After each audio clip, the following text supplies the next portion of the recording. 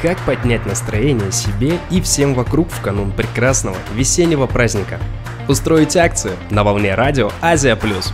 Сегодня мы проехали по любимому цветущему городу, останавливаясь по пути и разыгрывая подарки от наших партнеров. Наверное, лет 7 мы слушаем это радио.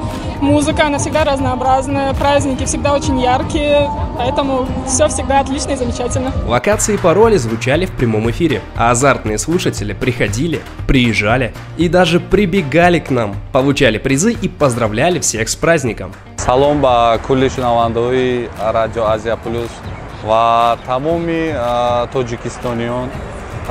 Аввало Наврӯзи хуҷастапайро ба шумо муборакбод мегӯям.